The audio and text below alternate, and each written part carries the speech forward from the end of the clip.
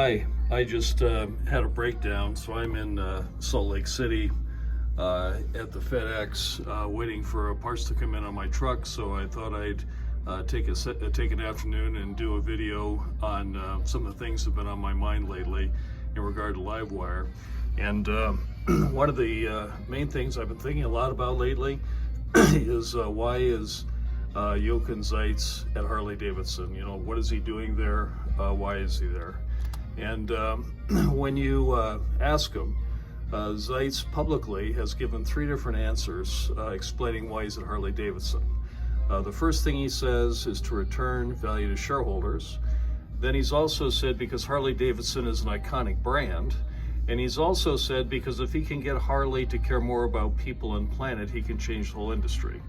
Well, I've been thinking about that, and I think all three of those reasons are borderline dishonest. I don't really think that's why he's there. So I was, most of what I know about Mr. Zeitz, I've, read in his books, I've watched his videos and all this stuff, but mostly in his books. And I was thinking back to the book Manager and the Monk. And this is a book that Zeitz wrote in German in 2008, translated English in 2012. Now, when it was translated to English, it was probably done by his literary agent. They probably hired a translation company to do it. So he might not be aware of what his book says in English, or even maybe hasn't even read it in over a decade. But I thought the most important line in the book was when he said, awakening a closeness to nature in young people is the most important task of our time. So I was thinking about that, and I was thinking, you know what? That's probably why he's at Harley-Davidson, because he's very concerned about young people, and he's concerned about nature, and he's just concerned about everything that's going on. So what I did is I thought back to an interview he did with Monica Langley, and I thought about what he might have said. So in the interview with Monica Langley on the Salesforce YouTube channel, she said, quote, with all of this success you've had at Puma, you could have ridden off into the sunset, but you went to Harley-Davidson. Why? Now, he didn't really give a good answer. He just said it's an iconic brand, but I was thinking, you know what, if I were to make up an answer for him, or if I were to take what he said in his book and use that to formulate an answer, this is what I would have said, or this is what I think he should have said. He should have said, awakening a closeness to nature in young people is the most important task of our time. That's why I'm at Harley-Davidson. It's an iconic brand that embodies freedom and adventure. Willie G. Davidson says Harley is nature magnified.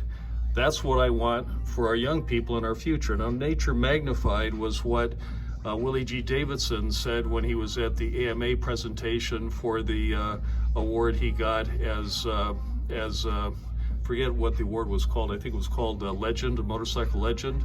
But he was 80 when he gave that talk, and I think that's what he really believes Harley-Davidson is nature magnified. But anyway, getting on to what I think Zeitz could have said. I want young people to experience the freedom, adventure, and closeness to nature that is the hallmark of riding a Harley-Davidson motorcycle. I want them to experience the diversity of our riding community and to feel the joy of participating in our countless charitable events. Now, if you say all that stuff, it takes about 30 seconds. So what I did is I figured, in most talk shows, interview, you might have more than 30 seconds to talk. So I did another segment. So this is how he could have continued. We are developing and introducing products specially targeted at young people. Younger customers want more than just freedom, adventure, closeness to nature, and joy. They also want environmentally responsible products, and they love the latest new technologies. Our new LiveWire Del Mar motorcycle fits the bill perfectly. It's fully electric, and it's the first and only cloud-connected motorcycle that does over-the-air updates to ensure our customers enjoy all the latest functionality and safety features. It even has hand controls to remotely operate phone apps and an external USB-C port to run camera equipment. We are inspiring a new generation of young riders who will push forward with their own agenda to make the planet a safe and sustainable place. Okay, so that's what I think Zeitz really thinks. What what's in his heart. That's what I think after reading his book, and that's why I think he's at Harley-Davidson. Now, I wanted to do a little exercise with you guys. We have a picture of a shoe, so I want to know what you're thinking about this picture of the shoe. Now, when I look at this picture, I see a nice shoe, think, hey, it might look good on my foot, might be able to run fast, it's probably comfortable. I think about when I might want to wear it. That's what most people think when they see this picture. They think it's a shoe, okay? That's not how Zeitz thinks. This is how he thinks. He doesn't think like the rest of us. When he sees this shoe, he's coming at it from, is it made from degradable materials? Was it manufactured with slave labor? Is it packaged in a plastic bag? Does it have a clean supply chain? How will it be disposed of when it's worn out? So the point I'm trying to get across here is, Zeitz, both his parents were medical doctors. He's a very, very smart guy. When he looks at things, he doesn't see them like we see them. We see a shoe, he sees this. It's the same thing with everything. It's with motorcycles or anything that he sees. Very quickly, he's able to think of it at beginning to end and where it's going and all that kind of stuff. And I've seen this before in my life. I've met another person who was like this, and I want to tell you about the story, and that's Steve Jobs. Now, I had a short conversation with Jochen Zeitz at the Malibu Experience, which I talked about in a video. But one of the things I didn't say about what happened is when I was talking to Mr. Zeitz, he would look at me, and as soon as he would hear the subject and predicate, his gaze would break and he'd look a little bit off to the side because he's already bored. He already knows the rest of what I'm going to say, and his mind is running so fast. I mean, he's not trying to be rude, but when you talk to him, he breaks the gaze after he gets enough information to figure out what the rest of the sentence is. And it's kind of a strange thing, and highly intelligent people do that, and that's what Steve Jobs did. When you're talking to Steve Jobs, as soon as he got any kind of information or enough of the sentence out, he was break his gaze because he's already running way down the street and way farther than anyone else would be. So I want to mention that I noticed that similarity when I talked to Zeitz. It reminded me of Steve Jobs.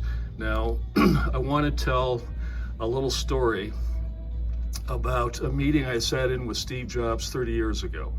And what the meeting was, it was with a company called Next Computer, which is one he did in between his two stints at Apple. And the original unit, the Next station, had a black and white screen. It was 1 million pixels, was a black and white screen. And I was in a meeting with a bunch of other people, and we're going through this presentation with Steve about why it needs to be color, that black and white's not enough. Everybody's doing color. Microsoft was doing color with Windows, and everybody was doing color. And Steve, as we're going through the presentation, it's kind of like, he's getting bored, he's bouncing his feet under the table, he's chewing his fingernails, he's just like, wants to get out of there. And finally, before we even get finished with the meeting, Steve says, the reason we're not doing color is because Charles Lindbergh used a compass to get to Paris. And that's what he said. And the meeting's over, okay? Because Lindbergh took a compass to get to Paris. Now, what I figured out later, after the meeting was all done and after I learned more about Charles Lindbergh, I figured out that Lindbergh had the choice of taking a radio or taking a compass. And the radio was heavy and it's complicated and it might break, and everybody would usually take a radio, but Lindbergh was concerned that it wasn't reliable enough, it wasn't simple enough to make the trip, so he chose a compass. And if you go to the Smithsonian Institute in Washington, which I did, you can go to the Air and Space Museum, and they actually have the compass next to the Spirit of St. Louis, which was the plane he took nonstop from New York to Paris, and you can see it there. And that's the kind of thinking that he does. He thinks long-term, he thinks way into the future, and he uses other great people before him, he uses their example to project into the future and figure out what he's going to do. Now, if you want to see what Steve Jobs really thought about how to think and solve problems, he gave a very important commencement address at Stanford University. It's on YouTube and you can watch it. And he'll talk about how he solves problems and thinks about the future in regards to connecting dots in the past and projecting into the future. And that's exactly what Zeitz was doing at Puma. He was looking at things, how it was done, he was projecting into the future, and he was making changes to get to where he wanted to go. So these two guys think in the same way, and they remind me of each other.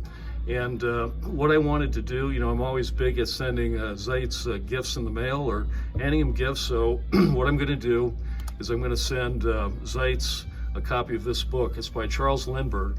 It's an excellent book. It doesn't cover the Lindbergh baby and all the stuff that happens there, but it's a book by Charles Lindbergh where he talks about, how he did the flight, how he prepared the sponsors and the plane and all the different things he did to make the trip to Paris.